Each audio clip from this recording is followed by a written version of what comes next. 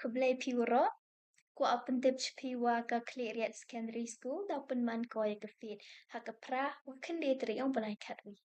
Da open clear ki ya ka main lucky draw, hey wa ka first prize, pen clear ki ya ka thar, second prize alto kitten, third prize kutti.